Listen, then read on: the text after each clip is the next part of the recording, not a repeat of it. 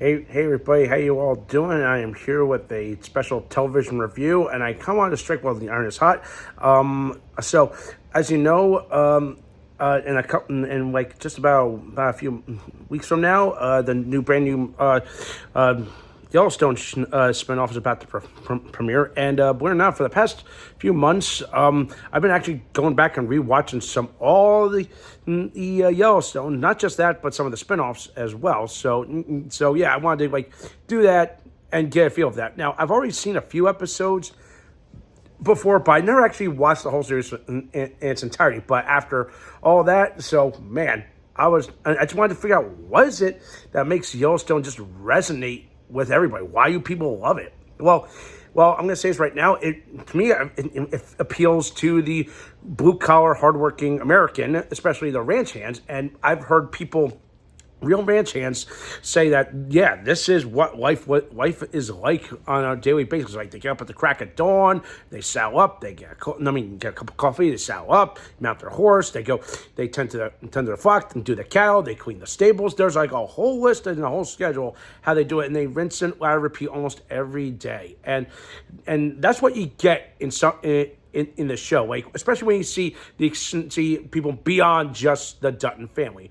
And yeah, this again, there's I've seen a whole lot of inspiration from a real life ranch, even though it's not really called the Yellowstone Ranch, as well as some parallels with the Godfather movie. As in fact, one of the reviews said this is literally the Godfather, but with cowboys. And that's what it is.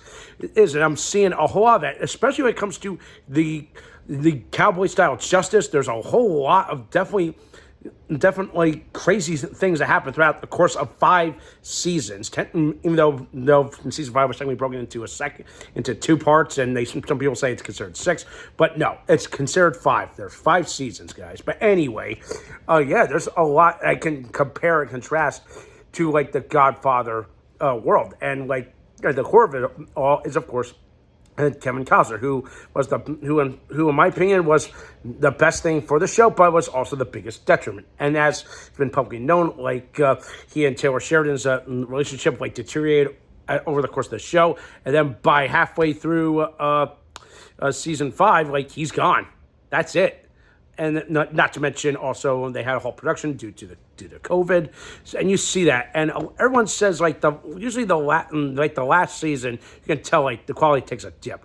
But I kind of agree, but disagree at the same time. Yeah, sure, the story does take a dip. Sure, there's a bunch of filler episodes, but yeah, I really wanted to see it go more. But at least the show ended on a good note. Leaves the door open for that. But again, by leaving the door open for other things, I think what the people were meaning was we want to see more of the family, because over the course of the show, you start to fall in love with each of these family members, but at the same time, you're also trying to figure out you get these interesting flashbacks back to you see a young John Dutton, and you see a young Beth Dutton, and all that, and then you go.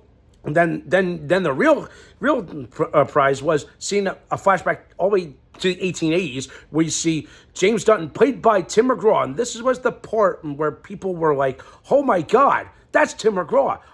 Are we going to see something like this?" And that's when they announced the spinoff of 1883, which I will get to shortly on this channel. But anyway, overall, this show really just.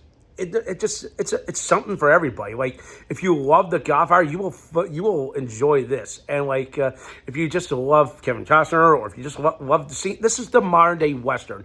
And I feel like fans just go nuts for it. They go gaga for all these references. People say, "Oh, let's take them to the train station," even though it's not a real train station. We all know about that. And then, of course, everybody loves the whole Beth and Rip Wheeler saga. And then you got Casey's whole saga. And then, of course, the real shocking twist of the whole Jimmy Dutton's thing. You realize, wait, he's not a real Dutton. The spoilers for the uninitiated. And then, of course, he does his thing. And then, of course, you got all these litany of enemies that just are trying to fight John Dutton and trying to take his land, whether it's the Beck brothers or Dan Jenkins or or the aforementioned Jamie Dunn and many more. So yeah, like there's again, like you can definitely see there's definitely some parallels between this and The Godfather. In fact, like the more I watched it, I was like, okay, so Casey is more like the Michael Corleone because let's see, with Lee out of the picture, yeah, I have to say it's like at the beginning of the series, yeah, there's Lee Dunn, and he gets killed while they were trying to get their cow back from the Indians. Well, again, there's a whole big shofar there that also involves Casey's wife and wife Monica. I believe that's her name. I keep forgetting some of these names, but you get my point. And then of course Lee dies. So in a way, Casey kind of becomes like the next heir kind of thing, because we all know, and some people know that Jamie's not a real Dutton. He was adopted. Then there's that whole saga, and the fact that his dad's just a big, even bigger threat, and he was once he actually knows Dutton. There's a whole lot I could keep going on and on about, but at the core, it's both a good legacy drama of a family that's trying to keep their land, as well as they're trying to move on to the next. And again, it's like it's literally is the cowboy lifestyle, and that's what we all love. And the fact that I fell in love with it so much that I got the cookbook and actually made the hamburger mac recipe from one of that, and the fry bread recipe that you see on the shows. So yeah, there's a whole lot. And yeah, the other crazy thing is that Gator was a real. I thought Gator was just a code name. No, he was a real cook, a real chef. So yeah, I mean, I can keep going on and on, but yeah. I'm like, this really is one of the best shows, and I see why fans connect with it and why people connect with it more. Again, there's just more we want to see of the John Dutton legacy, or the Dutton family legacy, and that's what we get in 1883. And I'm gonna get to that shortly. But overall, I'm going to give Yellowstone, I'm going to give it a freaking 9 out of 10. It's damn near perfect. It's got drama, it's got action, it's got comedy, dark comedy, romance. But like I said, if you're a fan of The Godfather, you will like this. Okay? So that's just for today. Let me know what you think. Love this video, subscribe to my channel, and stay tuned for some more awesome and exciting content.